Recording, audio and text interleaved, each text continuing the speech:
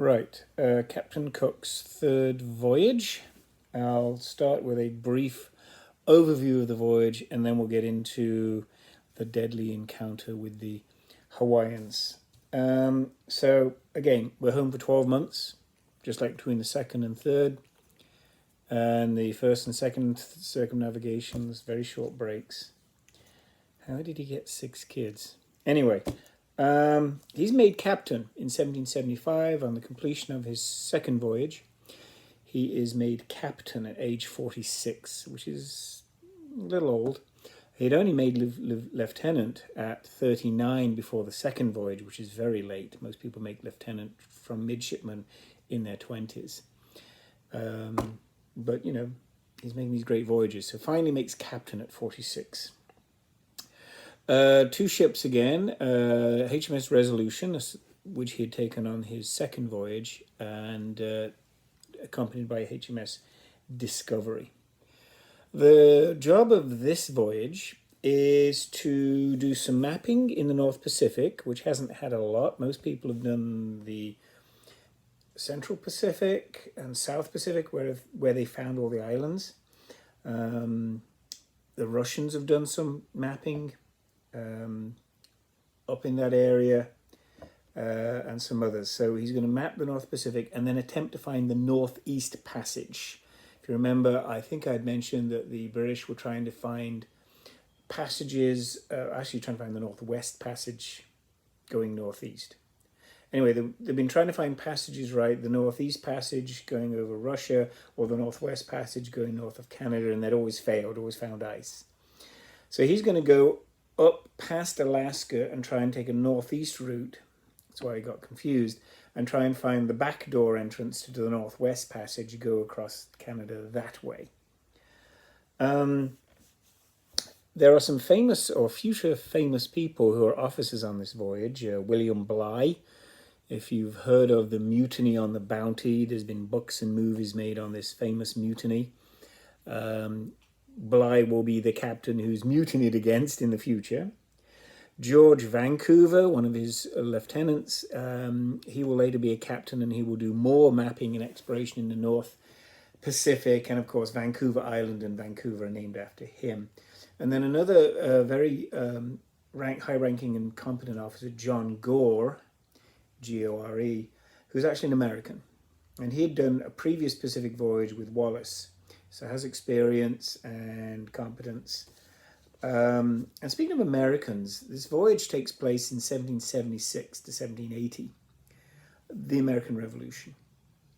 And of course, the Americans are forming their own government. They're getting support from the French. But knowing that this voyage of exploration is taking place and going, you know, around the Americas and so forth, both the American Congress and the French government send letters to England for Cook to take on his voyage with him. And basically these letters are if he is stopped by an American or French warship or privateer, right? If he is stopped by one of them, Cook just has to show them the letter, which is a letter basically saying, leave him alone. He's on a scientific voyage. Give him free passage. So during the war, he gets free passage by the enemies. And this is not uncommon, at least in this period, 18th, 19th century, for scientific endeavors to be considered above and beyond national things. Even though he's a Navy officer on technically a Navy ship, this is considered a scientific voyage. Leave him alone. And it's sort of part of the mentality of that time. Science is above and beyond. We still try to think that way. So off we go. And he goes around following the wind pattern to around Africa, across the Indian Ocean to Australia. A little bit more mapping there. Stopping and visiting his old hunting grounds in New Zealand and Tahiti.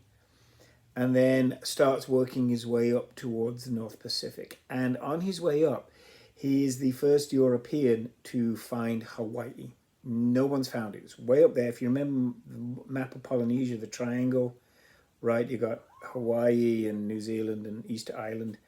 Hawaii way up there. Most of the island groups are in the South Pacific. Remember, the Spanish had missed most of them. And there's Hawaii way up there, and he finds it. Okay, so his discovery is of Hawaii, and encounters the people there, maps portions of Hawaii, and then goes off. And we'll talk more about Hawaii later. Goes to the west coast, roughly California, starts working his way up, mapping his way through the west coast, and then especially areas where the Spanish and Russians had not quite covered. Goes past Alaska, between Alaska and Siberia, and then attempts on 3 different occasions to do the Northwest Passage from there. All 3 times he fails. Even though it's summer, he's stopped by ice all 3 times and has to turn around. As winter approaches, he returns to Hawaii. It's now 1779, and it is in 1779 where he was killed in Hawaii, and then I'll just complete the voyage and then we'll talk about Hawaii. The remainder of the voyage, Gore is put in charge, John Gore, and William Bligh becomes the chief navigator, and has been proven to be, and will again be proven to be, one of the more brilliant navigators. They do try the Northwest Passage one more time, Gore and Bligh, fail again, and then start working their way down the Asian Pacific coast, mapping the Sandwich Islands, a stop in Siberia, and then down Asia, and then home. So the third circumnavigation is completed, although Cook, of course, is killed in Hawaii. So what happened to Cook in Hawaii? His relationships with natives in the third voyage were frequently a lot more friction than in the first 2 voyages. He's some people have postulated that he was sick. He's less patient, and even in New Zealand, Tahiti, there's some edge there, and we seem to sometimes see the same a little bit in Hawaii. So there's something changed. Maybe he's just exhausted. So there's that underlying element. When he arrives in Hawaii, though, in 1779, when he returns to Hawaii, and this is going to be a longer interaction, it is the festival of Lono. Now, you want to go back to where I talked about Hawaii in an earlier PowerPoint slide and talk about the culture and their gods, Lono, Ku, and so forth. Refresh yourself on that. It is the festival of Lono, the god of fertility, of harvest, of peace. Okay, and Cook, sailing in his 2 huge ships with their guns and big crews, right, he has huge mana, right? This is a powerful chief. And often you can see a very, very powerful chief could be considered an incarnation of Lono. They don't see Cook as Lono, as the god, but an incarnation with him. He's arrived, right? Lono has sort of arrived in this form as part of this festival in his great canoes. Okay, it's complex, but because he is such a powerful chief with great mana, somehow Lono, he's incarnating. He is sort of a facet, an avatar of Lono. And so Cook is greeted with great celebrations and welcomed, and there's feasts and so forth, and it's a wonderful time. And they're able to restock the ship with food and goods and so forth, and it's one of those pretty good positive visits that Cook seems to usually engage with natives, as they exchange gifts and so forth. And then he leaves. It's time to go back up north. Now they've restocked and done some repairs and so forth. And he leaves shortly before the end of the ritual of Lono, or right before the end of it. A week or so out of Hawaii, the ship is damaged in a storm. A mast is struck by lightning. It is broken, and you don't want to sail up north in a ship with a broken mast. Okay, so he says, okay, I'll return to Hawaii. We'll dock there. It's frustrating. We'll just spend a couple of more weeks there and repair the mast, and then we'll go on. So he returns. Unfortunately, what he's returned is we are now in the early stages of the festival of Ku, the god of war. Okay, it is a new time of year. It is a new situation.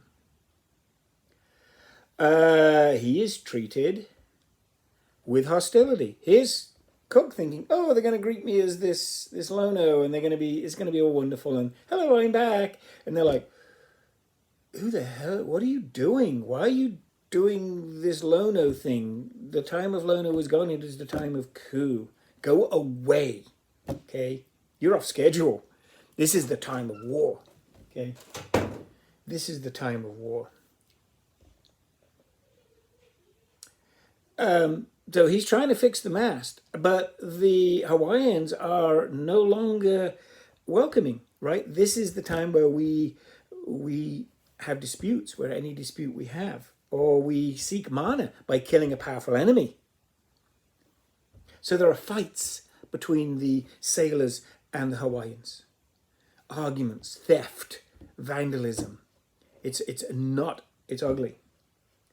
And Cook ramps up his retaliations far more violently and aggressively than usual. He'll find a native who's stealing something, and he'll have them whipped.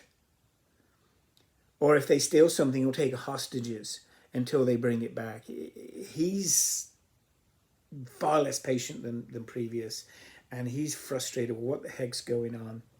And the natives are getting more and more aggressive with the Europeans because, you whip, well, we're going to do something.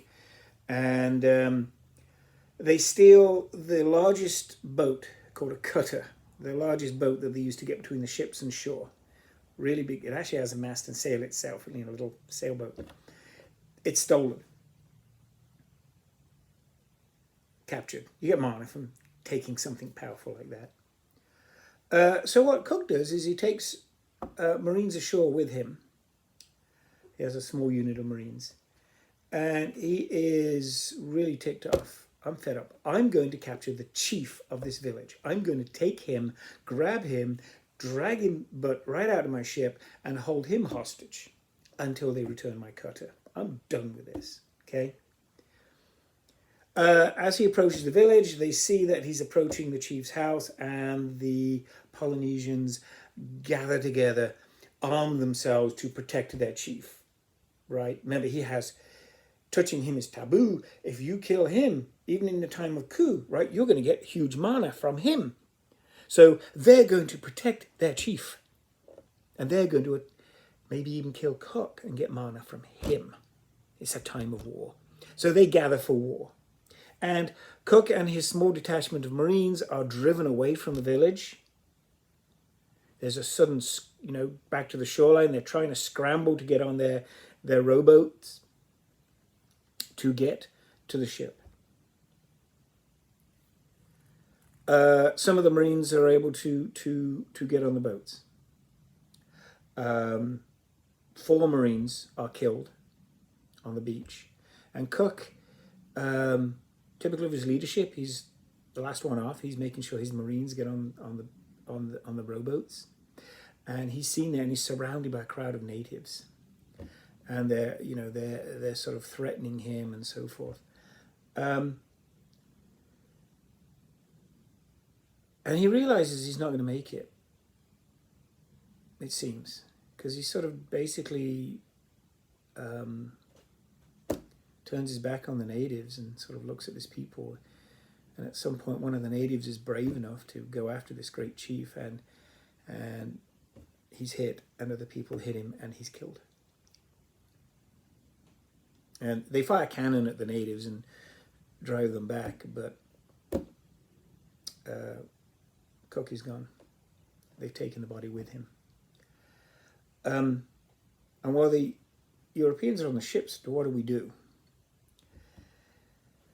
Cook, of course, right, a great chief. He had been an incarnation of Lono at the right time. Now he's just a great chief with high mana who has been killed as they protected their chief. And what do you do with someone with great mana? You cook the meat off the bones. I don't think that the Hawaiians ate the meat. Some other Polynesian cultures, subcultures did. Some debate on that. But definitely the bones are preserved and distributed among the warriors and the chief, right? The bones contain the mana. So you have the bone from the great chief Cook. You have some of his mana. That is a mark of esteem and respect for a powerful chief who has been killed. Now I have his mana. Now I have this trophy.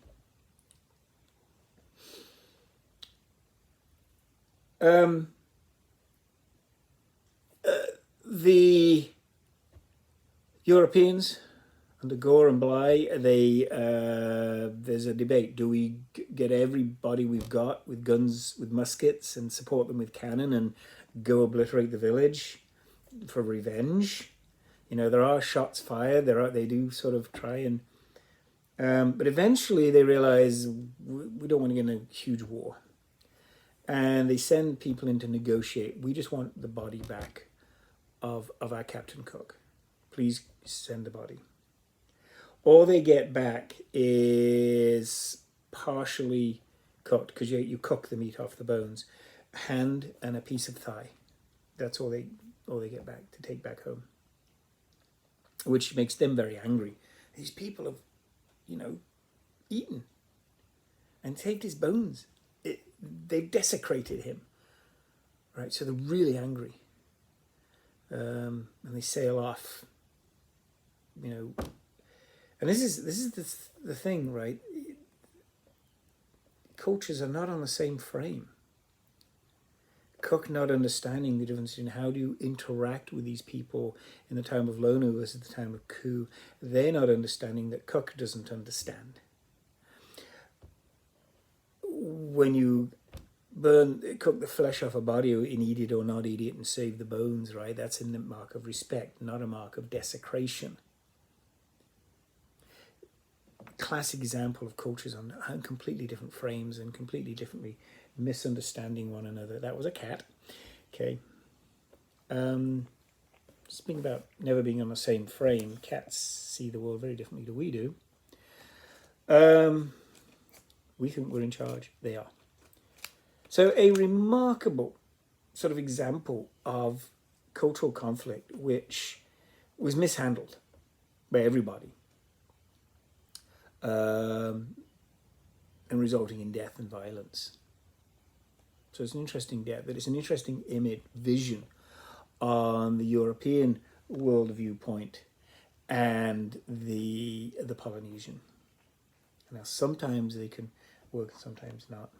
A remarkable sort of moment. The next slide, the third voyage slide, is a map of the voyage. The red is Cook and the blue is Bligh and Gore.